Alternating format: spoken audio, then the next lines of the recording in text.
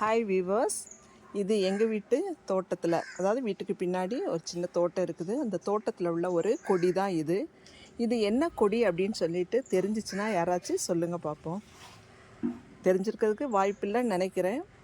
வயசானவங்க யாராவது இருந்தாங்கன்னா கண்டிப்பாக கண்டுபிடிச்சி சொல்லிவிடுவாங்க. பாருங்கள், இதில் ஒரு சின்ன மொட்டு போல் இருக்குது. பார்த்தீங்களா? தெரியுதா? ஜூம் பண்ணி காமிக்கிறேன். இப்போவாச்சும் தெரியுதான்னு பாருங்கள். இதுதான் என்ன சொல்லுவாங்கன்னு சொன்னால் திப்பிலி அப்படின்னு சொல்லுவாங்க.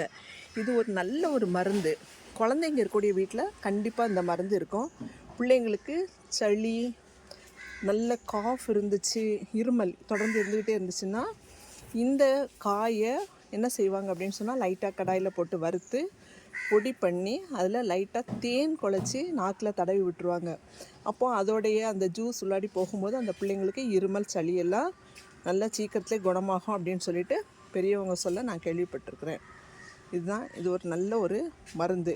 நம்ம தமிழ் பாடத்துலலாம் படிச்சிருப்போம். சுக்கு, மிளகு, திப்பிலி அப்படின்னு சொல்லிட்டு படிச்சிருப்போம். அந்த திப்பிலி கொடி தான் இது. தேங்க்யூ.